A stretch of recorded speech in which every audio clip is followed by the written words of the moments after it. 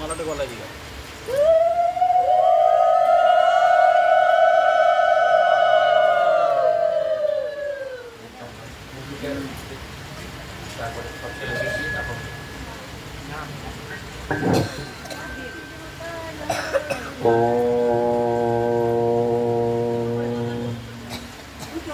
वन्देऽहं श्रीगुरश्रीयुतपदकमलं श्रीगुरवैष्णवांश्च श्रीरूपं साग्रजातं सहगनो रघुनाथं सुतं तं सजीवं साद्वैतं सावधूतं परिजनो सहित कृष्ण चैतन्यदेवं श्री राधा कृष्ण पादनो सहगनो ललिता श्री विशाखानितमश्च संसारदावानलिर्हलोकं त्राणाय कारुण्य घनाघनत्वं प्राप्तस्य कल्याण गुणगुर्णवस्य वन्दे गुरौ श्रीचरणारविन्दं यस्य प्रसाद श्री भगवद प्रसाद यस्या प्रसादन्न गतिकुतोऽपि ध्यायं स्तुवन्तस्य यशस्वी सन्ध्यां वन्दे गुरौ श्रीचरणारविन्दं गुरवे गौरचन्द्राय राधिकायै तदालिने कृष्णाय कृष्णभक्ताय तद्भक्ताय नमो नमः ब्रह्मामूलं मध्याचार्यश्च मध्यमाम् अस्मादयाचार्य पर्यन्तां वन्दे गुरु परम्पराम् अनर्पित चरिण चिरात करुणावतीर्ण कलौ समर्पयतु स उन्नत उज्ज्वल रसांश भक्ति श्रियं हरि पुरट सुंदर दूती स्वदा हृदय स्कंदरे पुरतो वश्री शचीनंदनम तुमस्तुं चैतन्याकृतिमति विमर्यात्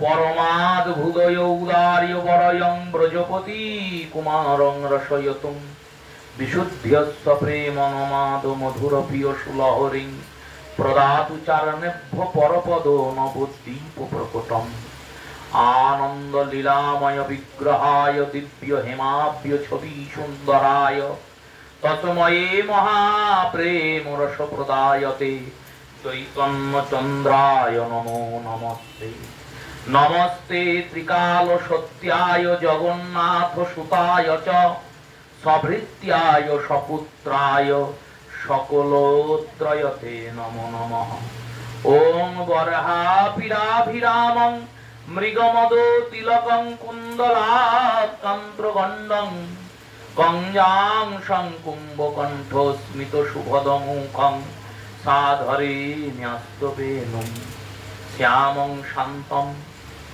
त्रिभंगं रविकरो वसनभूषितं वैजयन्त्या वन्दे वृन्दावन युवतिश्च शतावृत नमो ब्रह्म गोपाल वेशम नमो नलिन नेत्राय वेणुवाद्य विनोदिने श्री राधाय धर सुधापाने शालिने वनमालिने नमो पंकज नेत्राय नमो पंकज मालिने नमो पंकज नाभाय गोविंदाय नमो नमः रासलस विग्रहमराधिका ललिता परिवेष्टितौ माधव पंडित प्राणवल्लभ राधाकान्त सदा भजेमहम् श्री राधां रासेश्वरीं रम्यां स्वर्ण कुंडल भूषितां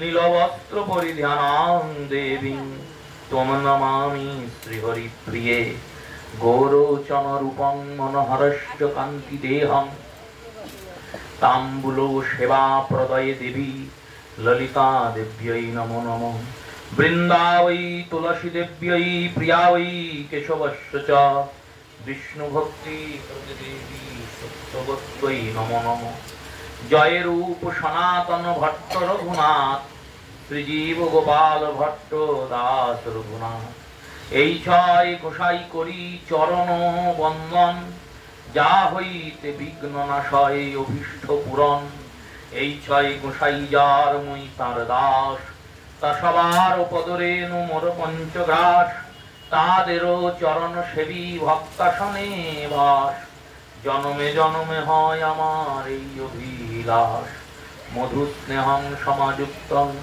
প্রেমাসক্ত মহাশয়ং বৃন্দাবনে রাসরতং বন্দে শ্রীমধু পণ্ডিতং নমো ধর্মায় মহতে নমো কৃষ্ণায় বেধসে ব্রাহ্মণেভ্য নমস্কৃত ধর্মানুবক্ষে সনাতনা বাঞ্ছা কল্পতরুরভস্য কৃপা সিন্ধুবৈব চ পতিতানাং পাবনেভ্য বৈষ্ণবেভ্য নমো নমঃ সকল শ্রোতা ভক্ত বৈষ্ণব মাতৃজনেরে আমি করি নমস্কার সবে চরণ ধুলি দেহ মস্তকে আমার হরে কৃষ্ণ কৃষ্ণ কৃষ্ণ হরে হরে হরে রাম রাম রাম হরে হরে শ্রী গুরু প্রেমানন্দ সীতানাথ নিতাই গৌর হরি বল শ্রী গুরু প্রেমানন্দ সীতানাথ নিতাই গৌর হরি বল শ্রী গুরু প্রেমানন্দ সীতানাথ নিতাই গৌর হরি বল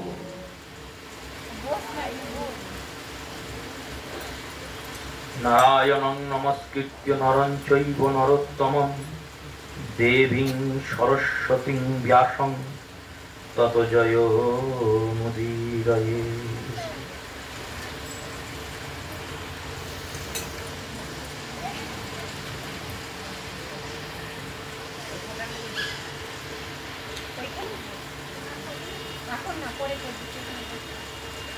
কর্ম যোগং বদত ন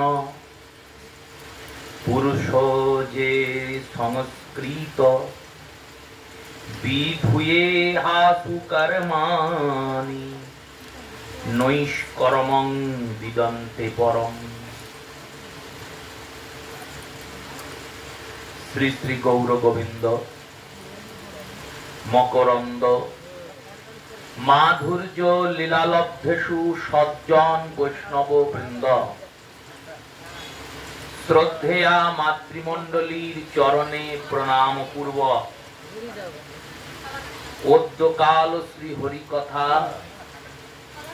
শ্রী গোবিন্দের কথা শ্রী গোবিন্দের প্রকাশ্য রূপ শ্রী গোবিন্দের দ্বিতীয় স্বরূপ কলি কলেশ নাশকারী অপার সংসার পারকারী ব্যাস রচিত সুখমুখ উদ্গারিত ভাগবত অমৃতাস্বাদনের সূচনা করছি। অদ্যকাল ভাগবতীয় কথার বিষয় শ্রীমদ্ ভাগবতের একাদশ স্কন্ধের নবযোগীন্দ্র সংবাদে নিমিরাজন যজ্ঞ করেছেন জগতের মঙ্গলের জন্য। আর এই জগৎ মঙ্গল যজ্ঞে 9 জন যোগী প্রবর এসে উপস্থিত হয়েছেন। এই 9 জন যোগী কারা? শ্রীমদ্ ভাগবতের 3য় স্কন্ধে সুখদেব গোস্বামী পাদ যখন মনু শতরূপার বংশ বর্ণনা করেছেন, সেখানে মনুর 2 জন পুত্র প্রিয়ব্রত আর উত্তানপাদ। এই প্রিয়ব্রত আর উত্তানপাদের মধ্যে যিনি প্রিয়ব্রত বড় পুত্র, এনার বিবাহ হয়েছে বিশ্বকর্মার কন্যার সঙ্গে। আর এই প্রিয়ব্রতেরই বংশে ঋষভ নামক ভগবানের একজন অবতার হয়েছিলেন। বলিয়ে ঋষভদেব ভগবান কি। এই ঋষভদেব তিনি জৈন ধর্মের প্রবর্তক। গতকাল মহাবীর জয়ন্তী গেল। জৈন ধর্মের শেষ তীর্থঙ্কর হলেন মহাবীর, আর প্রথম তীর্থঙ্কর হলেন ঋষভ। এই ঋষভদেব জৈন ধর্মের সূচনা করেছিলেন। ঋষভদেবের 100 জন পুত্র, তার মধ্যে সব থেকে বড় পুত্রের নাম ভরত। তার নাম অনুযায়ী ভারতবর্ষ হয়েছে শ্রীমদ্ ভাগবতের সিদ্ধান্ত। এটি মহাভারতের সিদ্ধান্ত। দুষ্মন্ত পুত্র ভরতের নাম অনুযায়ী ভারতবর্ষ হয়েছে। 3 জন ভরতেরই নাম অনুযায়ী ভারতবর্ষ হয়েছেন। একজন জ্ঞানযোগী, একজন কর্মযোগী, আর একজন ভক্তিযোগী। এই জ্ঞানযোগী হচ্ছেন ঋষভ পুত্র ভরত, কর্মযোগী হচ্ছেন দুষ্মন্ত পুত্র ভরত, আর ভক্তিযোগী হচ্ছেন দশরথ পুত্র ভরত, শ্রীরামচন্দ্রের ভাই। এই 3-এর নাম অনুযায়ী ভারত হয়েছে। এই 100 জনের মধ্যে বড় ছেলে, তার নাম ভরত। 99 জন বাকি থাকলো। 9 জনকে 9টি দ্বীপের রাজা করা হয়েছিল। এই 9 জনের মধ্যে 90 জন থাকলেন। 90 জনের মধ্যে 81 জন প্রচেতা আর 9 জন যোগী। 81 জন একসঙ্গে বেরিয়েছিলেন, এনাদের নাম প্রচেতা। এনারা তপস্যা করতে গিয়েছিলেন, মহাদেবের দর্শন পেয়েছিলেন। এই প্রচেতাগণদের সঙ্গে দেবর্ষিপাদ নারদের দর্শন হয়। দেবর্ষিপাদ নারদ এনাদের পুরঞ্জনপুরের আখ্যান শ্রবণ করা। আর 9 জন যোগী, এনারা অনবরত যোগ সাধনা করেন আর বিভিন্ন স্থানে পরিভ্রমণ করেন। অনন্ত কোটি ব্রহ্মাণ্ডে বিচরণ করার ক্ষমতা এনাদের আছে। সনকাদিক পরমহংসের মতো এনারাও পরমহংস বৃত্তির অবলম্বন করে চলেন। এই পরমহংস বৃত্তির অবলম্বন করে চলেন। কোথাও যান না, কেউ ডাকলেও যান না। যেখানে এনাদের ইচ্ছা হয় সেখানেই যান। এই রূপে নিমিরাজন মিথিলার রাজা জনকের উত্তরসূরি। মহারাজ জনকের পরবর্তীকালে উত্তর পুরুষ। এনার নাম নিমি। ইনি যজ্ঞ করেছেন। সেই যজ্ঞে উপস্থিত হয়েছেন এই 9 জন যোগী। কেন উপস্থিত হয়েছেন? রাজা নিজের কল্যাণে যজ্ঞ করে নাই, নিজের ভালো হোক এই চিন্তা করে যজ্ঞের আয়োজন করে নাই। রাজা চিন্তা করেছে বিশ্বের ভালো হোক, সবার ভালো হলেই আমার ভালো। এটাই সনাতন ধর্মের সিদ্ধান্ত। সর্বে ভবন্তু সুখিনা, সর্বে সন্তু নিরাময়, সর্বে সুখং প্রত্যতি দুঃখং ন পশ্যন্তি তাবৎ। সবাই যেন ভালো থাকে, সবাই যেন নীরব থাকে, সবাই যেন সুখে থাকে, কেউ যেন দুঃখে না থাকে। কত সুন্দর বেদ বাক্য, বেদের ঋচা এটি, বেদ মন্ত্র। বেদ বলছেন সর্বে ভবন্তু সুখিনা। বলেন নাই যে সনাতন হিন্দুরাই ভালো থাকুক, বলেন নাই যে আমাদের ভারতীয়রাই ভালো থাকুক। সর্বে শব্দের অর্থ গোটা বিশ্বের সবাই। এই এত উদারতা এই ধর্ম ছাড়া অন্য কোন ধর্মের মধ্যে আসবে না। সর্বে ভবন্তু সুখিনা, সেই সবার মঙ্গলার্থে রাজা যজ্ঞ করেছেন। সেই যজ্ঞে গিয়ে উপস্থিত হয়েছেন 9 জন যোগী। তাদের পাদ্য অর্ঘ্য আসন দিয়ে পূজা করেছেন, বসিয়েছেন রাজা।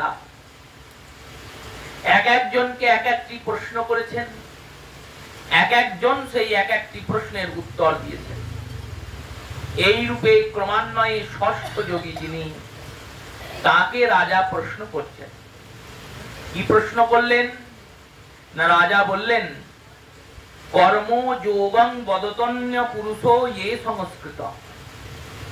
হে মহাত্মন, হে মহাপুরুষ, হে মহান যোগীগণ, আপনি বলুন কোন কর্মের আচরণ করলে বা কোন কাজ করলে বিধুয়তে কর্মাণি নৈষ্ক্রমং বিন্দতে পরম, এই যে কর্মযোগের বন্ধন, এই বন্ধন থেকে আমরা মুক্তি পাব। কত সূক্ষ্ম বিচার দেখুন রাজার। রাজা চিন্তা করছে এই ভবসাগরে যে আমরা এলাম, এই যে পৃথিবী লোকে আমাদের আগমন হলো, এলাম কেন? এলাম দুটি কারণে। একটি কারণ মুখ্য, একটি কারণ গৌণ। মুখ্য কারণ মনুষ্য দেহটা ভগবান দিলেন ভগবত ভজনের জন্য,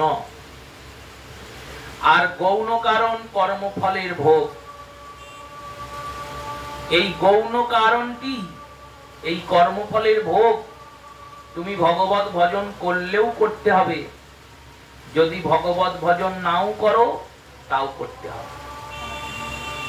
এই জীবনের প্রথম দিন থেকে, জন্ম থেকে কর্মফলের ভোগ শুরু হলো। এই যে কর্মফলের ভোগটা করছি, যে সদ্যজাত জন্মিয়েছে এই মাত্র ভূমিষ্ঠ হলো, সেই ব্যক্তিও কিন্তু কর্মফলের বন্ধনের বাইরে নাই, তিনিও কর্মফলের ভোগ করছেন। এবার এখানে প্রশ্ন হতে পারে যে সে তো কর্মই করলো না, কর্মফলের ভোগ কি করে করবে? যে সবে জন্মালো কর্মটা কি করলো যে কর্মফলের ভোগ করবে? সে পাপ করলো না, পুণ্যও করলো না, সবে জন্মিয়েছে, জন্মেই কর্মফলের ভোগ। জন্ম থেকেই কর্মফলের ভোগ হয় বলে কেউ রাজার ঘরে জন্মায় আর কেউ ভিখারির ঘরে জন্মায়। জন্ম থেকেই কর্মফলের ভোগ হয় বলে কেউ দুরাত্মার ঘরে জন্মায়, কেউ মহাত্মার ঘরে জন্মায়। জন্ম থেকেই কর্মফলের ভোগ হয় বলে কেউ স্বরূপ হয়ে জন্মায়, কেউ কুরূপ হয়ে জন্মায়। জন্ম থেকেই কর্মফলের ভোগ হয় বলে কেউ সবলাঙ্গ হয়ে জন্মায়, কেউ বিকলাঙ্গ হয়ে জন্মায়। কর্মফলের ভোগ জন্ম থেকে। এই কর্মফলের ভোগ যদি জন্ম থেকে হয়, জন্মের সময় তো কেউ কর্ম করে নাই, ভোগ কিসের হচ্ছে? বলে এটা আগের জন্মের ভোগ হচ্ছে।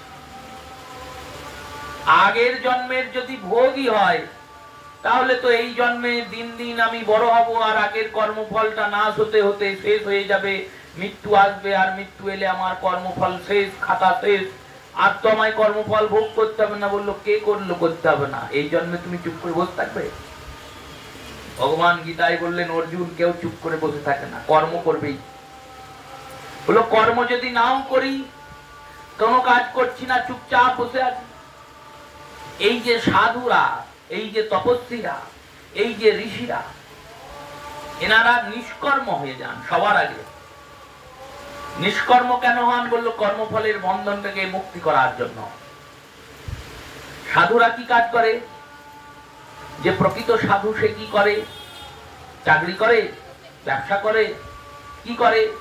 কিছুই করে না, ভগবানের জন্যই জীবনকে সমর্পিত করেছে, দিনরাত ভগবানের নাম করে, ভজন করে, তপস্যা করে। যদি কোনো কাজ করেও সেই কাজটা ভগবানের জন্য করে।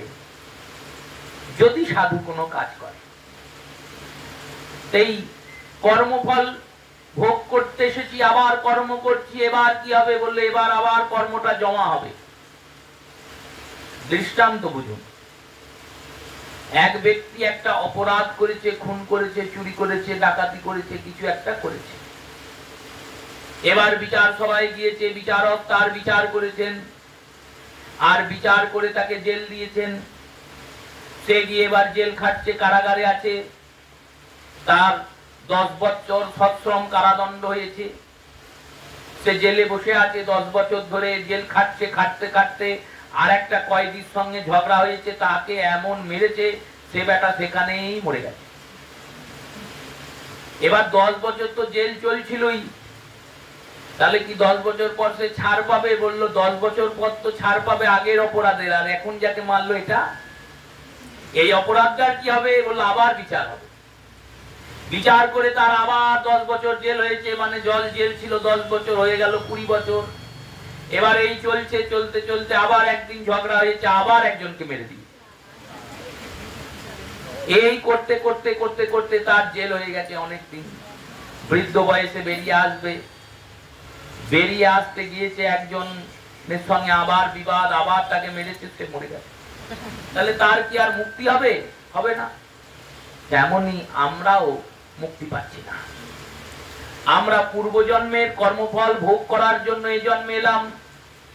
এবার ভোগ তো চলছে, সুখ দুঃখ যেটা পাচ্ছি ওটা আগের ফসল কাটছি। আর এই জন্মে কি চুপ করে বসে আছি? বললো না না, এই জন্মেও তো পাপ আর পুণ্য করে যাচ্ছি, এটার কি হবে? বললো এটার জন্য আবার একটা নতুন জন্ম হবে। তাহলে আবার যদি জন্ম হয়, আবার এলাম, তো আবার তো এসে চুপ করে বলবো না, আবার কর্ম করব, আবার সেই কর্মফলটা কি হবে? বললো তার জন্য আবার একটা জন্ম হবে। রাজা দেখছে তো ভারী বিপদ। যিনি রাজা তাই সূক্ষ্ম বিচার করেছেন, দার্শনিক রাজন, তিনি বলছেন এ তো কর্মফলের বন্ধন থেকে কেউ কোনোদিন মুক্ত পাবে না। কারণ কর্মফলের বন্ধন করার জন্য, কর্মফলকে মুক্ত হওয়ার জন্য, পাপ আর পুণ্যকে ভোগ করার জন্য মনুষ্য শরীর পেলাম। এবার মানুষের শরীর পেয়ে সুখ রূপে পুণ্যটা ক্ষয় হয়ে গেল, দুঃখ রূপে পাপটা ক্ষয় হয়ে গেল, কিন্তু মানুষ তো চুপচাপ থাকবে না, সে তো কোনো না কোনো কর্ম করবেই। আবার কর্মের বিচার দেখুন, যদি আপনি কর্মটা শরীর দিয়ে নাও করেন, মন দিয়ে করা মাত্রই কর্মের ফল আপনাকে ভুগতে হবে। আপনি শরীর দিয়ে করলেন না, কাউকে খারাপ ভাবলেন না, খারাপ কিছু করলেন না, খারাপ করব ভাবলেন, এই ভাবা মাত্রই মানসিক ভাবে আপনি পাপী হয়ে গেলেন। আবার যদি কেউ পুণ্যের চিন্তন করেন, সে মানসিক ভাবে পুণ্যাত্মা হয়ে গেল। বসুদেব ভগবান জন্মিয়েছেন দশম স্কন্ধ, ভগবান অবতীর্ণ হয়েছেন কারাগারে। বসুদেব মনে মনে চিন্তা করলেন আমি 10 লক্ষ গাভী দান করলাম। টিকাগার বলছেন তুমি তো জেলখানায় বন্দী, তুমি 10 লাখ গাভী পাবে কোথায়, আর দানই বা করবে কি করে? এখানে শ্রীধর গোস্বামী পাদ বলেছেন মনসা ইয়াতে নম জাতম ততস্থ দান অকৃতম। বলে মনে মনে চিন্তা করে বসুদেব দান করে দিয়েছে, দানের ফল বসুদেব পেয়ে গেছেন। এবার দানের ফল পেয়ে গেছেন মানে মনে মনে সব দান করে দিলেই হলো, তাহলে তো গোটা পৃথিবীটাই আমার, আমি গোটা পৃথিবীটাই দান করে দিতে পারি। বললো না, তা নয়। বসুদেব এটা মানসিক করেছেন। মানসিক হয় না মানুষ, যে এটা হলে আমি এটা করব, এটা হলে আমি এটা করব। তেমনি বসুদেব এটা সংকল্প করেছেন, আমি 10 লক্ষ গাভী আমার সন্তান জন্মিয়েছে বলে ব্রাহ্মণদের দান করব। যখন জেলখানা থেকে ছাড় পাবেন, তিনি জানেন ছাড় পাবো, যখন ছাড় পাবো তখন দান করব।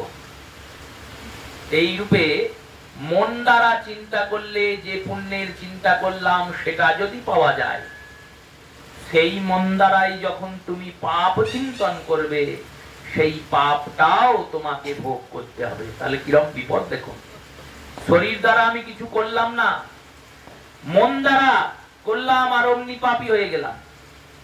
বাক্য দ্বারা করলেও পাপী, শরীর দ্বারা করলে তো পাপী বটে। পাপ আর পুণ্যের কর্মের বন্ধন থেকে আমাদের মুক্তি নাই। দিন রাত আমরা এই কর্মের বন্ধনের চক্র গিয়ে একবার করে এগুচ্ছি আর একবার করে পিছুচ্ছি। রাজন তাই ষষ্ঠম যোগী অবৃহত্তকে বলছেন কোন কি উপায় আছে কর্মফলের বন্ধন থেকে মুক্ত হওয়ার? এই কথা শুনে যোগী প্রবর বললেন উপায় একটা আছে। কি উপায়? বললেন দেখো,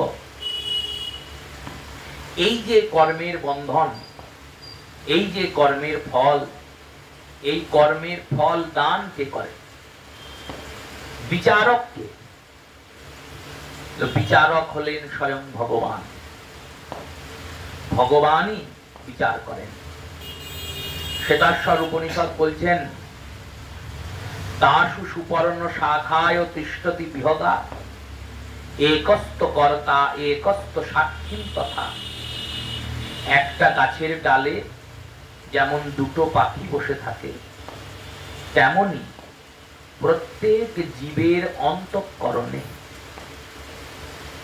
প্রত্যেক জীবের, শুধুমাত্র মানুষের নয়, পশু পাখি কীট পতঙ্গ সবার ভিতরে দুটো তত্ত্ব বসে আছে।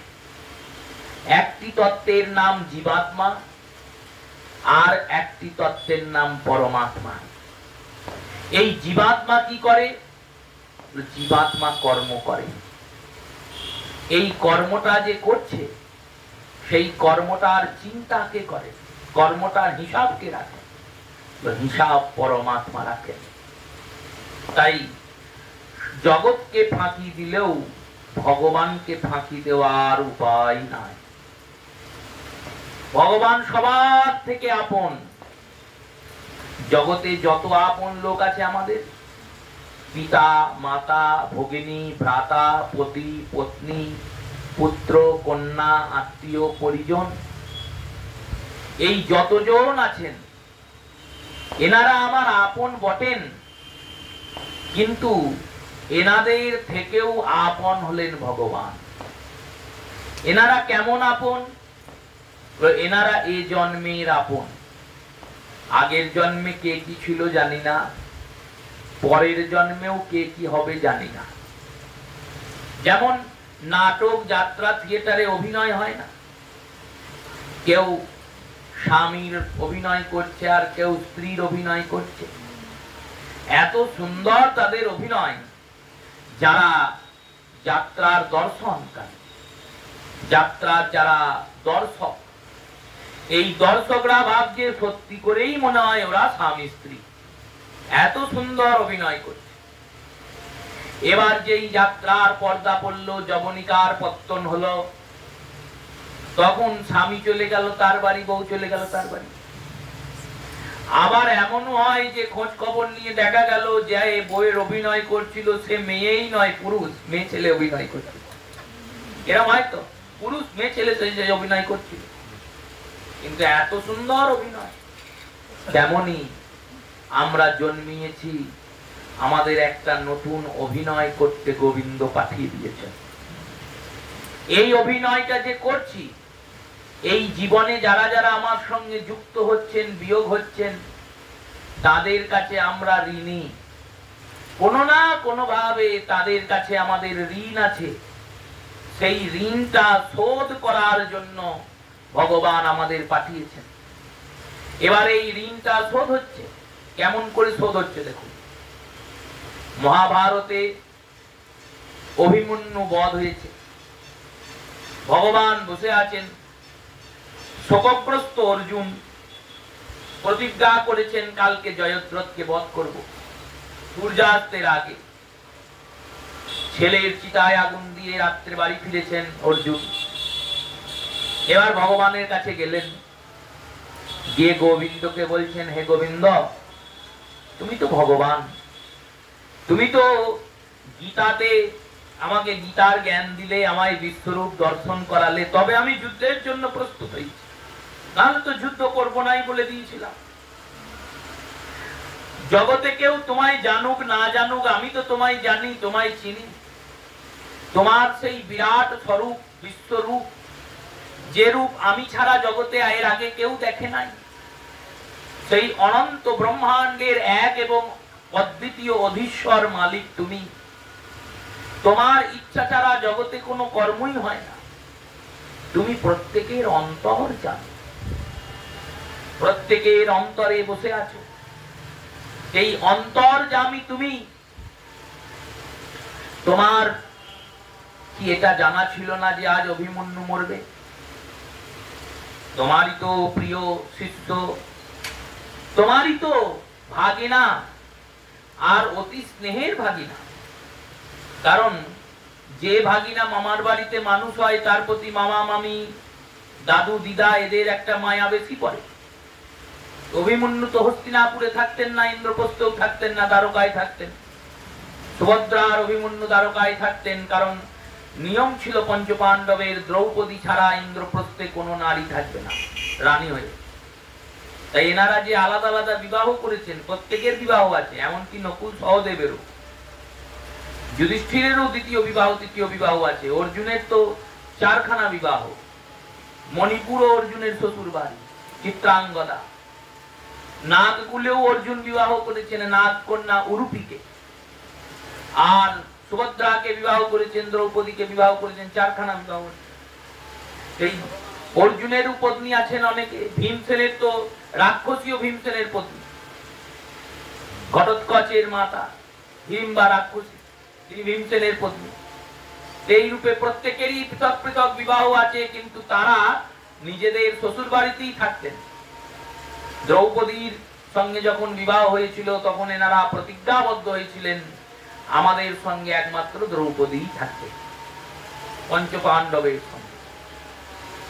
ভাগিনা দ্বারকায় মানুষ হয়েছে, দ্বারকাতেই তুমিই কোলে পিঠে মানুষ করেছো, তোমারই শিষ্য, তোমারই ছাত্র ভগবান কৃষ্ণই অভিমন্যুকে সমস্ত অস্ত্র শিক্ষা দান করেছেন।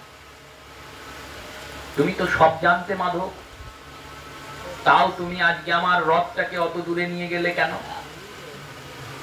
শকুনি ষড়যন্ত্র করলো আর তুমি এই কাজ করলে। ভগবান অর্জুনকে বললেন, শোনো অর্জুন,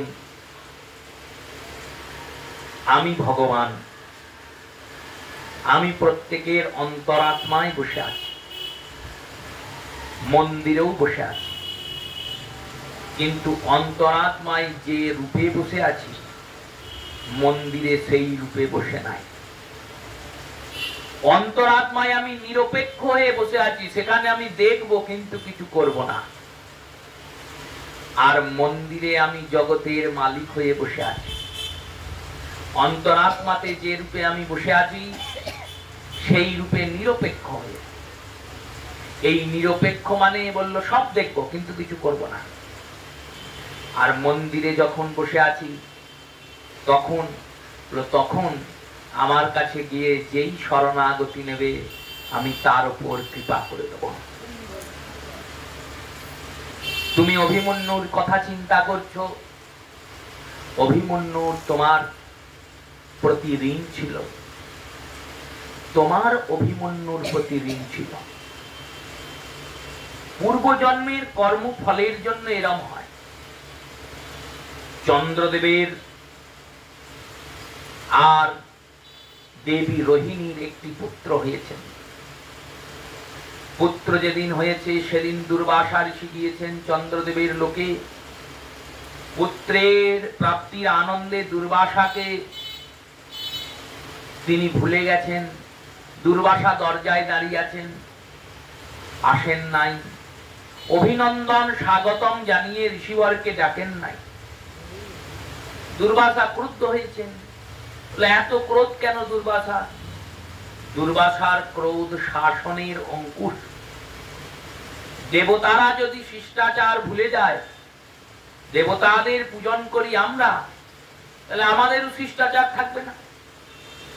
আর দেবতারা যদি শিষ্টাচার ভুলে গিয়ে অন্যায় অপরাধ করেন আর অপরাধ করার পরেও শাস্তি না পান, তাহলে দেবতাদের মধ্যে কোনো ভয় থাকবে না।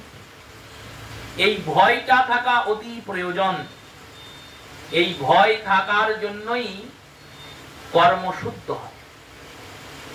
আমাদের দেশে ব্রিটিশরা শাসন করে গেছেন, তখন এই ব্রিটিশের রাজত্বে অনেক অত্যাচার হয়েছে, কিন্তু একটা জিনিস মানতেই হবে, বুঝতেই হবে, জানতেই হবে, এনারা যেভাবে আমাদের ব্যবস্থাকে ব্যবস্থিত করে গেছেন, আর সেই ব্যবস্থাতে এমন ভাবে সুন্দর একটা দণ্ডের ভয় রেখে দিয়ে গিয়েছিলেন, যে ভয়টা আজকে আর নেই। ব্রিটিশ যুগে তার কিছুকাল পরেও শিক্ষকেরা যেতেন, তাদের ভয় ছিল না। ভয় ছিল যদি শিক্ষকতা ঠিকঠাক না করি আমাকে চাকরি থেকে ছাড়িয়ে দেবে। সৈনিকরা, পুলিশরা তারা কর্ম করত, চাকরি থেকে ছাড়িয়ে দেবে। এখন চাকরি ছাড়ার ভয় নাই, কেউ আর কর্ম ঠিক করে করছে। গোটা সমাজে দেখবেন একটা অব্যবস্থা চলছে। কেন? বললো চাকরি ছাড়ার কোনো ভয় নাই, দণ্ডের কোনো ভয় নাই। দণ্ডের ভয় না থাকলে সে উদ্দণ্ড হয়ে যায়। যত্র দণ্ডম ন ভয়ৌ কৃত্বাম তত উদ্দণ্ডম জায়তে। গৌতম বললেন, দেখো যদি দণ্ডের ভয় না থাকে তাহলে সবাই উদ্দণ্ড হয়ে যাবে। যেমন স্নেহ দরকার তেমন শাসনও দরকার। দুর্বাসা ঋষি এই দণ্ডের দান করে দেবতাদের শিষ্টাচার শেখান। এই দেবতাদের উপরে যে দুর্বাসার অভিশাপ, এগুলো আমরা শুনবো, জানবো, তবে আমরা সেই কর্মগুলো থেকে বিরত হব, কর্মগুলো করব না। দুর্বাসা ঋষি দাঁড়িয়ে আছেন দরজায়, সাধু এসে দাঁড়িয়েছে দরজায়, সন্তান হয়েছে ভালো কথা, কিন্তু তাই বলে তুমি সাধুর অবজ্ঞা করবে, অতিথির অবজ্ঞা করবে? দাঁড়িয়েই আছেন অনেক।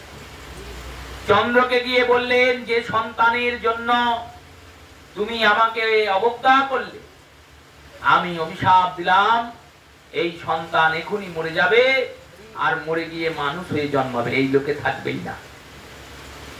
চন্দ্রদেব বুঝতে পারলেন নিজের ভুল, এলেন, ক্ষমা চাইলেন।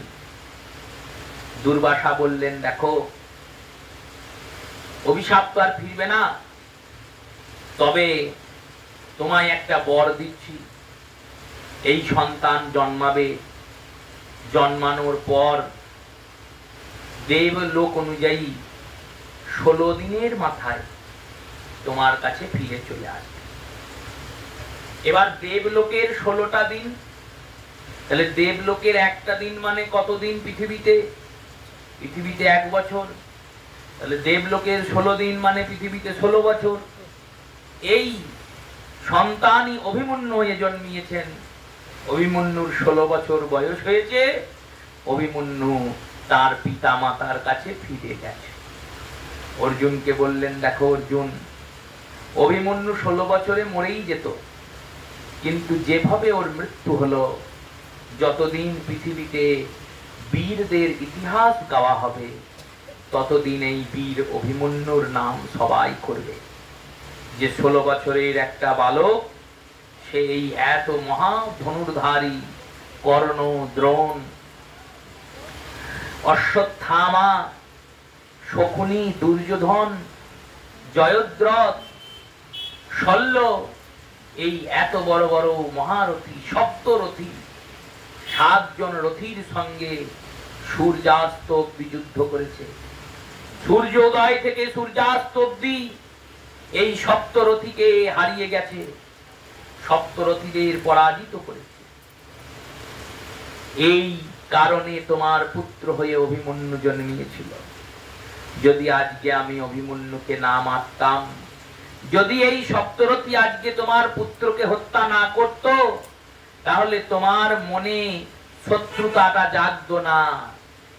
তুমি এতক্ষণ ভাবছিলে ওরা আমার মিত্র, ওরা আমার মিত্র। উনি তো আমার গুরুদেব, দ্রোণাচার্য আমার গুরুদেব, দুর্যোধন তো আমার ভাই, কাকার ছেলে, অশ্বত্থামা তো আমার গুরু পুত্র, শল্য তো আমার মামা, কারণ নকুল সহদেবের মামা শল্য, মাদ্রির ভ্রাতা। এনারা সব তো আমার আত্মীয়। শকুনি যতই খারাপ হোক, সেও তো মামাই, আমার কাকার শালা, তাহলে আমার মামাই হয়, আত্মীয় সব। একমাত্র কর্ণ বাদ দিয়ে তুমি কাউকেই শত্রু জ্ঞান করতে না। এবার নিজের ওপর আঁচ পড়েছে, তো নিজের ছেলেকে সবাই মিলে মেরেছে, তাই এবার যুদ্ধটা যুদ্ধের মতো হবে। তাই ভগবানের লীলা ভগবানই জানেন। কিভাবে ভগবান লীলা করবেন সে ভগবান ছাড়া আর কেউ জানেন না। কিভাবে, কাকে দিয়ে কিভাবে ভগবানের কৃপা হবে কেউ জানেন।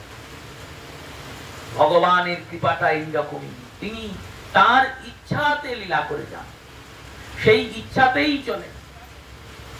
দেখুন, শ্রীরামচন্দ্র দুগ্ধ পান করছিলেন, আর শ্রীরামচন্দ্রের পান করা দুগ্ধের বাটিটা মা কইকেই ছুঁড়ে ফেলে দিয়েছিলেন হাত থেকে। কোনো কারণে দুধের বাটিটা হাত থেকে ফেলে দিয়েছে। শ্রীরামচন্দ্র বলেছিলেন, মা আমি তোমার গর্ভে জন্ম নেব পরের জন্মে, কিন্তু তোমার দুধ খাবো না। এবার কইকেই পরের জন্মে দেবকী মাতা হয়েছেন, আর দেবকী মাতা হয়েছেন, ভগবান দেবকীর গর্ভে জন্ম নিয়েছেন কারাগারে, কিন্তু কারাগারে জন্ম নেওয়ার পর আর দুগ্ধ পান করেন নাই। সোজা চলে গিয়েছেন মা যশোদার কাছে। যশোদা যত পেরেছে গোপালকে আদর আপ্যায়ন করেছে। এই কর্মের মহান বন্ধন, এই কর্মের বন্ধনের মধ্যে আমরা পড়ে আছি। আমাদের কি কর্মবন্ধন থেকে নিস্তার নাই? জিজ্ঞাসা করেছেন যখন, তখন অবৃহত্ত বললেন একটা উপায় আছে নিস্তার হওয়া। কি উপায়? না তাবৎ কর্মাণি কুর্বিত ন নির্বন্ততে যাবতা মদ কথা শ্রবণাদ্যৌ শ্রদ্ধাবান জায়তে। একমাত্র উপায় কর্ম তুমি করো, কিন্তু কর্মটা ভগবানের জন্য করো। তুমি নিজে করলে নিজেরকে ভোগ করতে হবে, আর সব কর্ম ভগবানের জন্য করলে ভগবান সেই কর্মের ফল দিয়ে নেবে। এ আবার কি করে করব? আর করবই বা কেন? তো দেখো, যদি ভগবানের জন্য করো তাহলে পাপটাও ভগবানের, পুণ্যটাও ভগবানের। আর যদি নিজের জন্য করো তাহলে পুণ্যটাও নিজের আর পাপটাও নিজের। আমি পাপ করবই না পুণ্য করব, তাহলে তো কর্মের বন্ধন থেকে মুক্তি হয়ে যাবে। বললো না না, কর্মবন্ধন থেকে মুক্তি হলেও পুণ্যও কিন্তু খুব একটা ভালো জিনিস নয়। আমরা ভাবি পুণ্য সঞ্চয় করলেই ভালো হবে, না, নিষ্কাম কর্ম। ভগবানের জন্য কর্ম করছি, ভাবলাম খুব ভালো, তো ভগবানের জন্য কর্ম করলাম, এটা পুণ্য হলো। একটা মন্দির ভেঙে যাচ্ছিল, আমি তৈরি করে দিলাম মন্দিরটা, তো একটা ভালো কাজ করলাম। আমি করলাম ভাবছো মানে এই পুণ্যটা তোমায় ভোগ করতে হবে। পুণ্য ভগবানের রাস্তায় বাধা দেয়, তাই ভক্তরা কখনো পুণ্যের পিছনে ছোটে না। কেমন বাধা দেয় জানেন? বাল্মীকি রামায়ণে একজন ঋষির কথা উল্লেখ হয়। এই ঋষির নাম সুতীক্ষ্ণ। সুতীক্ষ্ণ নামক ঋষি চিত্রকূট পর্বতে বাস করেন, জীবনে কখনো পাপ করেন নাই, কর্মফলের ভোগ করেন। জীবনে যদি আমি পাপ না করি, পূর্বজন্মের কর্মফলটা মুক্ত হয়ে গেলেই তো আমার জীবন মুক্ত হয়ে গেল, আর তো জীবন থাকলো না।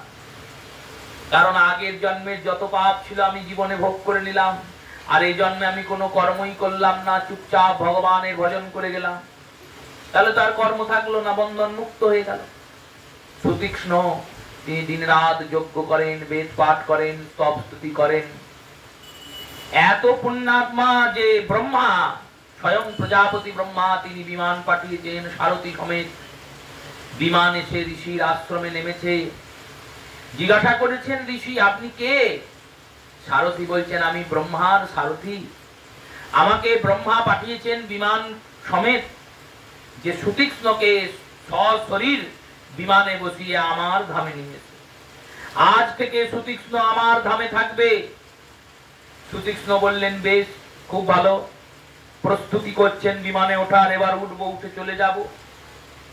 এমন সময় এক ঋষি, তিনি ছুটতে ছুটতে এসেছেন, আর এসে বলছেন, মহারাজ যাচ্ছেন কোথায়? ব্রহ্মলোক থেকে বিমান এসছে, আমার পুণ্যের বলে আমি ব্রহ্মলোক অর্জন করেছি, ব্রহ্মা বিমান পাঠিয়েছেন, ব্রহ্মলোকে চলে যাব। এই যে ঋষি খবর দিতে গিয়েছেন, তিনি বলছেন আপনি চলে যাবেন, কিন্তু তিনি যে আসছেন। ঋষি বললেন, কে আসছে? না, যে লোকে আপনি যাবেন ব্রহ্মলোক, ব্রহ্মার লোক, সেই ব্রহ্মা যাকে ভজনা করেন, সেই অনন্ত কোটি জগতের মালিক সচ্চিদানন্দময় ভগবান, তিনি দশরথ নন্দন হয়ে রাম রূপে অবতীর্ণ হয়েছেন, আর পৃথ্বী সূত্র পালন করার জন্য 14 বছরের বনবাসী হয়ে সীতা আর লক্ষণ সহিত বনে বনে ঘুরতে ঘুরতে চিত্রকূটের পর্বতে এসে উপস্থিত হয়েছেন। আর কিছুক্ষণের মধ্যেই শ্রীরামচন্দ্র, সীতা আর লক্ষণ আপনার এই আশ্রমের উপর দিয়ে হেঁটে চলে যাবে। এবার ব্রহ্মার সারথী বলছেন, আমার সময়ের দাম আছে, চললে এখনই চলুন, নাহলে আমি পালাচ্ছি। আপনি যদি বলেন রামকে দেখে তারপর যাব, হবে না। হয় আপনাকে রামকে দেখা বন্ধ করতে হবে, দিয়ে আমার সঙ্গে যেতে হবে, আর নাহলে ঠাকুরদি থেকে রামকে দেখুন। সুতীক্ষ্ণ বললেন, দেখো, তুমি যদি নাও আসতে, তোমার বিমান না এলেও মৃত্যু বিমান আমার আসতই, কারণ জন্মিয়েছি যখন আমায় মরতেই হবে, দেহটা তো নাশ হবে। মৃত্যু বিমান আসতো, মরে যেতাম, মরে যাওয়ার পর যাওয়ার হতো। কিন্তু মরার আগে যখন ভগবানকে দেখার সুযোগ হয়েছে, তখন এই বিমানে চেপে আমার কোনো লাভ নাই। আমার পুণ্য আমি জলাঞ্জলি দিলাম, তুমি পুণ্যের এই বিমান নিয়ে চলে যাও। আমি ভগবানকে দেখে ওই যেটা দেখলাম, সেই ভগবানের অপরূপ দর্শনের ঝাঁকিটা, সেই অপরূপ দর্শনের স্মৃতিটা, এটাই দিনরাত স্মরণ করতে করতে আমি মৃত্যুর বিমানে চেপে ভগবানের চরণে চলে যাব। তাই পুণ্য ভগবানের পথের বাধক, পাপ তো বাধক বটেই, পুণ্যও বাধক। এই পাপ পুণ্যের এই কর্মের বন্ধন থেকে মুক্ত হবার উপায় কি? অবৃহত্ত বললেন, কর্ম তো আমরা সবাই করছি, এই সব কর্ম ভগবানের জন্য করো। সব কর্ম ভগবানের জন্য করা যায় বললো, অবশ্যই করা যায়। আমরা করি না, তাই করা যায় না। যিনি চাকরি করছেন, তিনি চাকরি কেন করছেন? তিনি চাকরি করছেন, তিনি এই কারণেই চাকরি করছেন যে চাকরির অর্থের দ্বারা নিজের উদর পূরণ হবে, পরিবার পোষণ হবে, সবাই সুখে থাকবো, ভালো থাকবো, এই জন্য করছেন। খুব ভালো কথা, এই সব করো, কিন্তু করার সময় মনটাকে চিন্তা করবে, এই চাকরিটা আমি গোবিন্দের জন্য করছি। কারণ এতজনের মধ্যে কেউ চাকরি পায়নি, আমি পেয়েছি, গোবিন্দ দিয়েছেন তাই পেয়েছি। এই চাকরিটা গোবিন্দের জন্য করছি। আমি ভগবানের দাস, ভগবান আমাকে এখানে প্রতিষ্ঠিত করেছেন, এটাই আমার কর্ম। এই মনোভাব নিয়ে যদি তুমি চাকরি করো, এই কর্ম করেও তুমি ভজন করছো। তোমাকে আলাদা করে বনে যেতে হবে না ভজন করতে। যিনি সংসার করছেন, তিনি চিন্তা করবেন এই সংসারটা ভগবান দিয়েছেন, তাই ভগবানের দেওয়া সংসারে আমার যা যা কর্তব্য, যা যা আমার করতে বলা হয়েছে, ভগবান যেখানে যেখানে আমাকে দায়িত্ব দিয়েছেন, সেই সেই দায়িত্ব পালন করছি। কেন না সংসারটা গোবিন্দের, আমার সংসার নয়, গোবিন্দের সংসার। আর সর্বোপরি হলো, সর্বোপরি যে দেহ ধর্ম, এই দেহটাকে স্বচ্ছ করছি, স্নান করাচ্ছি, সুন্দর কাপড় পরাচ্ছি, এই সুন্দর করে সাজাচ্ছি, গোজাচ্ছি। কেন? বলে এই দেহটাও গোবিন্দের, দেহটাকে ঠিক না রাখলে আমার গোবিন্দ সেবা হবে না। তাই এই চিন্তা করে দেহরও সেবা করছি। সব কিছু একবারে হিরে থেকে জিরে, সূর্য উদয় থেকে সূর্যাস্ত, সব কর্ম করো, কিন্তু কর্ম করার সময় নিজে কর্তা জ্ঞান না করে, আমি করছি এইটা না করে তিনি করাচ্ছেন এইটা বারবার মনে মনে জপো, বারবার মনে মনে বিশ্বাস করো, মনে মনে চিন্তা করো, আমি করছি না, আমাকে তিনি করাচ্ছেন, বা তার জন্য করছি, আমার জন্য না, তার জন্য। আর এর মধ্যে এই জীবন পথে চলতে চলতে যখন তোমার কোনো ভগবত জনের সঙ্গে দেখা হয়ে যাবে, যখন কোনো সাধু গুরু বৈষ্ণব তোমার সঙ্গে এই জীবন পথের মধ্যে চলতে চলতে ধাক্কা খাবেন, যেমন পরিক্রমা হয় না, গোবর্ধনের পরিক্রমা চলছে, গিরিরাজের পরিক্রমা, এবার পরিক্রমায় বেরিয়েছ, গিরিরাজের পাশে পাশে ঘুরছো, ঘুরতে ঘুরতে চলছো, যাচ্ছ, যেতে যেতে হঠাৎ কোনো সাধুর সঙ্গে একবারে মুখোমুখি ধাক্কা লেগে গেল। সাধুকে তুমি চেনো, তোমাকেও সাধু চেনে, তুমি তাকে দেখে রাধে রাধে বললে, জয় নিতাই বললে, তিনিও জয় নিতাই বললেন, মনটা আনন্দিত হয়ে গেল, তুমি এগিয়ে গেলে। এই পরিক্রমা যেমন দেখা হলো, ধাক্কা লাগলো, আনন্দ পেলে, তেমনি জীবন পথে এই জন্ম থেকে যে পথযাত্রা শুরু হয়েছে, একদিন একদিন একদিন একদিন করে আমরা যে পথের যাত্রায় চলেছি, এই চলতে চলতে জীবনে কোনো না কোনো দিন, কোনো না কোনো ভাবে, কোনো না কোনো পরিস্থিতিতে, কোনো না কোনো স্থিতিতে, কোনো না কোনো বিকল্পে, কোনো না কোনো সাধুর সঙ্গে তোমার অবশ্যই দেখা হবে।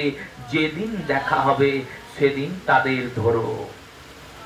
সেদিন তাদের ধরো, সেদিন তাদের আশ্রয় করো, তাদের শরণাগতি গ্রহণ করো, তাদের জিজ্ঞাসা করো আমি কি করব।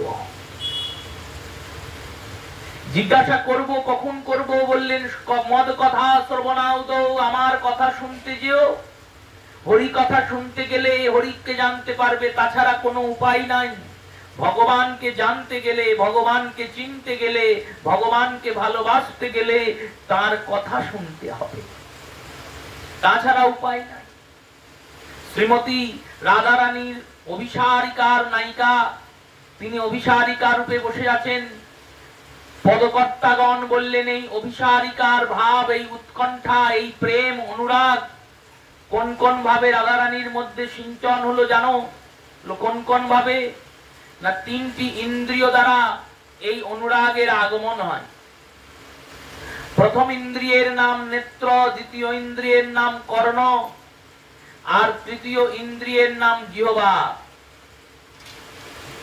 এই অনুরাগ কিন্তু জগৎ অনুরাগ নয়। জগতের অনুরাগ তো মাইক, জগতের অনুরাগ তো দেহের মধ্যে সীমাবদ্ধ, শরীরের মধ্যে সীমাবদ্ধ, শরীরের প্রতি শরীরের আসক্তি। জগতের অনুরাগটা তো কৈতব, স্বার্থ মিশ্রিত।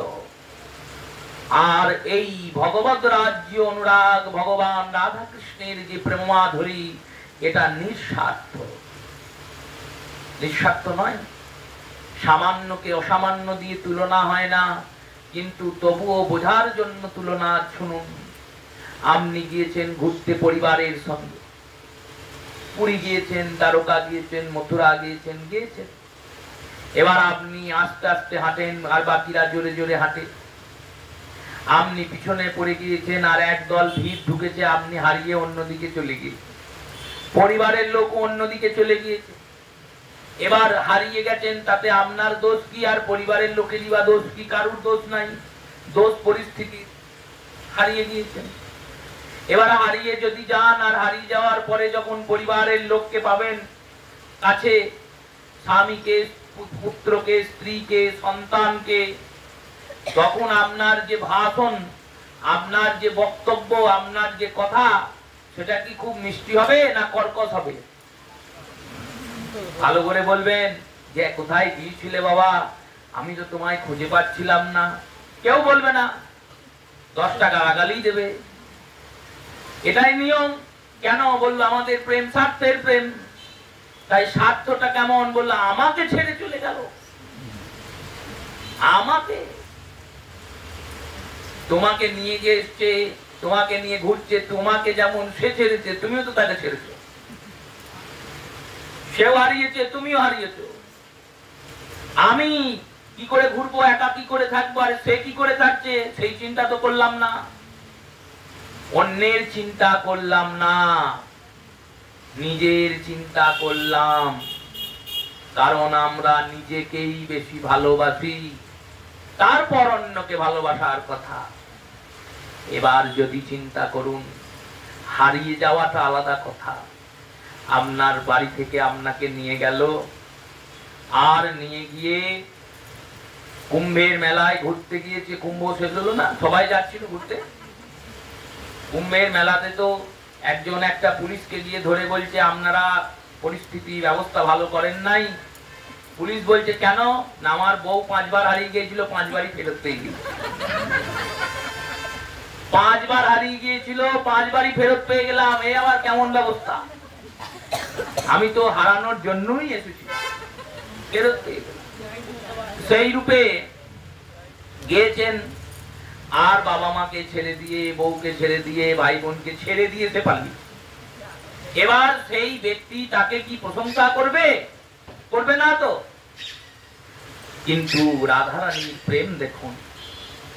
গোবিন্দ রাধারানীকে ছেড়ে দিয়ে চলে গেছেন মথুরায়, যাব বলে, ফিরে আসবো বলে গেছেন। রাধারানী বসে বসে কাঁদছেন, গোপীরা বসে বসে কাঁদছে। উদ্ধব গিয়েছেন, বলছেন চলো মথুরায় নিয়ে যাই। রাধারানী বলছেন মথুরা কি আমরা চিনি না? মথুরা তো আমরা চিনি, তাহলে গেলেই দর্শন করলেই তো এই দুঃখটা থাকে না, বিরহটা শেষ হয়ে যায়, গেলেই তো হলো। যখন চেনো জানো বেশি দূরও নয়, যমুনা পার হলেই মথুরা। এই যমুনাটা পার করে মথুরায় চলো, গোবিন্দ দর্শন পাবে। রাধারানীরা গোপীরা বলছেন, দেখো উদ্ধব, তিনি আমাদেরকে বলে গেছেন আমি যাচ্ছি, ফিরে আসবো, কথা দিয়ে গেছে। তিনি গিয়ে কোনো কাজে আটকিয়ে গেছেন, অথবা আমাদের হয়তো ভুলেই গেছেন, ভুলে যেতেও পারেন। তার অনন্ত কোটি ভক্ত, একটা দুটো কি ভক্ত, অনন্ত কোটি। এই অনন্ত কোটির মধ্যে আমাদের মতো দাসীদের কথা কি তার মনে থাকবে? যদি থাকেও হয়তো কোনো কাজে এমন আটকিয়ে গেছেন আর আসতে পারছেন না। তিনি আসবো বলে গেছেন, তো যতদিন না তিনি আসেন ততদিন আমরা তার কাছে যাব না। তিনি আসবেন বলে গেছেন, তার কথার দাম থাকবে না যে? তাই তার কথার দাম রাখার জন্য আমরা এখানে বসে বসে কেঁদে যাব, কিন্তু মথুরায় গিয়ে তাকে দর্শন করব না। এই রকম প্রেম জগতে দর্শন হবে হবে না। তাই অকই তব কৃষ্ণ প্রেম যেন জম্ব নতহে। এই প্রেম অনুরাগ তিন প্রকারে জন্মায়। তার মধ্যে প্রথম অনুরাগের আগমন হয় বাক্যের দ্বারা, জিহ্বার দ্বারা। জিহ্বার দ্বারা কিভাবে অনুরাগের জন্ম হচ্ছে না, কৃষ্ণ নাম যখন কেউ করছে তখন এই কৃষ্ণ নামের প্রতি আসক্তি হচ্ছে। এই যে কৃষ্ণ নামের প্রতি আসক্তি হলো, এটা অনুরাগের প্রথম সিঁড়ি। রাধারানীকে এসে এক সখী বলছেন, জানিস সখী, ওই একটা ছেলে আছে, যে ছেলেটা 6 দিন বয়সে পুতনার মতো রাক্ষসী বধ করেছিল। ছেলেটার নাম কি? ছেলেটার নাম কৃষ্ণ। এই কৃষ্ণ নাম যখন শ্রীমতী রাধারানী নিজ মুখে উচ্চারণ করেছেন, বললেন নামটা খুব সুন্দর, তো বললেই বলতে ইচ্ছা করে। কিছুদিন পরে যমুনায় গিয়েছেন জল আনতে। এবার আরো গাঢ় অনুরাগের প্রবলতা। এতদিন আগুনটা ছিল, কিন্তু এবার হাওয়ার ঝড় এসেছে, আগুনটা আরো বাড়বে। প্রেমটা ছিল, প্রেমটা আরো বৃদ্ধি পাবে। কি করে? বললো নেত্র দিয়ে যদি তাকে একবার দেখা যায়। এবার ভগবানের বেণুনাদ শুনছেন শ্রীমতী। বাঁশির শব্দ শুনেই ভাবছেন, আহা কত সুন্দর বাঁশি বাজছে, এই বাঁশিটা কে বাজাচ্ছে, একবার দেখি তো। এই দেখি ভেবে গাছের পিছন থেকে দাঁড়িয়ে দাঁড়িয়ে দেখছেন। দেখলেন একদল ধেনুর পাল চলে গেল, তার পিছনে অপরূপ সুন্দর দুটি ভাই, একজন শ্যাম বর্ণের, একজন গৌর বর্ণের। যিনি শ্যাম বর্ণের, সেই শ্যাম বর্ণের সুন্দর সেই বালকটি, সেই কিশোরটি, যিনি সুন্দরভাবে মাথাতে চূড়া পরেছেন আর গলাতে বনমালা দুলছে,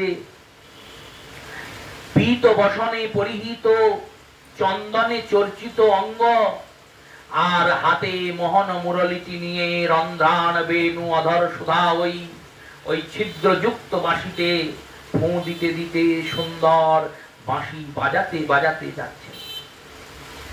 এই যেই দেখলেন, দেখা মাত্র ওই কিশোরের প্রতি মনটা আসক্ত হয়ে গেল, তাকে পাওয়ার ইচ্ছা জাগলো মনে।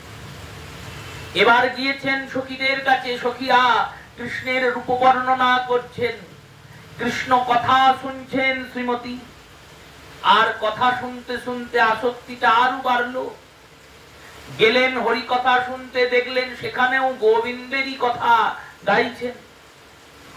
এই গোবিন্দ কথা শুনে আসক্তিটা এমন বেড়েছে, সখীদেরকে বলছেন, দেখ সখী, 3 জনার প্রতি আমার আসক্তি। কার কার প্রতি? না, এক যার নাম উচ্চারণ করি সেই কৃষ্ণ, 2 যে কৃষ্ণের কথা আমরা হরি কথায় শুনলাম সেই কৃষ্ণ, আর 3 ওই যে বাঁশি বাজিয়ে আসছিল সেই ছেলেটা। সখীরা বলছেন শ্রীমতীকে, রাধে, ওরা 3 জন আলাদা আলাদা কেউ নয়। যে কৃষ্ণের কথা তুমি হরি কথায় শুনলে, তিনিও যে যে কৃষ্ণকে তুমি দর্শন করেছো, বাঁশি বাজিয়ে আসছেন, তিনিও সেই, আর যার নাম তুমি উচ্চারণ করেছো তিনিও সেই। এই তিনেই এক, আর একই তিন, তিনজন এক। এই যে কৃষ্ণের প্রতি আসক্তিটা হলো, এটা কোথা থেকে হলো? হলো কৃষ্ণ কথা থেকে। তাই বললেন তব কথামৃতম তপ্ত জীবনম কবিভিরিতম কলমশাপহম। কি করে কর্মের বন্ধন থেকে আমরা মুক্তি পাব? সেই মুক্তি পাওয়ার উপায় কি? উপায় একটা আছে। মহাজনগণ বলছেন, চোরাবালিতে যদি কেউ ডুবে যায়, সে যদি হাত পা চালায় তাহলেও ডুববে, আর যদি চুপচাপ দাঁড়িয়ে থাকে তাহলেও ডুববে। হাত পা চালালেও ডুববে, আর চুপচাপ দাঁড়িয়ে থাকলেও ডুববে। তার কি বাঁচার কোনো উপায় নাই? একটা উপায় আছে, সে যদি চিৎকার করে কাউকে ডাকে, বাঁচাও বাঁচাও বাঁচাও বলে, সেই ব্যক্তি যদি ডাক শুনে তার কাছে যায়, আর ডাক শুনে গিয়ে তাকে একটা দড়ি ছুঁড়ে দেয়, সেই দড়িটা ধরে সে আস্তে আস্তে আস্তে আস্তে চোরাবালি থেকে উদ্ধার পাবে। তেমনি এই কলিযুগে আমরা ভবসাগরে যদি কর্ম করি, তাহলেও আমাদের কর্মের বন্ধনের মধ্যেই ভাসতে হবে। আর যদি কর্ম নাও করি, তাহলেও কর্মবন্ধনের মধ্যে ভাসতে হবে। কর্মবন্ধন থেকে মুক্তির কি তাহলে কোনো উপায় নাই? বলল, উপায় একটা আছে। আমরা দুহাত তুলে হা গৌর হা নিতাই বলে ডাকতে পারি। হা গৌর হা নিতাই বলে ডাকতে পারি। এই যদি ডাকি, নিতাই আর গৌর আসবেন, আর নামরূপী দড়িটা ছুঁড়ে দেবেন। এই নামরূপী দড়িকে ধরে আমরা ভবসাগর পার করে যাব। তাই এই নামে যাতে আমাদের রতি হয়, নামে যাতে মতি হয়, নাম যাতে আমাদের নামেশ্বর সংকীর্তনের পিতা গৌরহরির চরণে গতি করে, এই রূপ অভিলাষ নিতাই গৌরের চরণে জানিয়ে, যে বিদেহী আত্মার উদ্দেশ্যে আজকে হরিকথার আয়োজন, তার আত্মার যাতে সদ্গতি হয়, এই রূপ অভিলাষ রাধা গোবিন্দের চরণে জানিয়ে প্রত্যেক শ্রোতা মাতা ভক্ত বৈষ্ণব চরণে প্রণাম পূর্বক অদ্যকাল হরিকথা অবসর দিলাম। শ্রী গুরু প্রেমানন্দ সীতানাথ নিতাই গৌর হরি বল। আগামী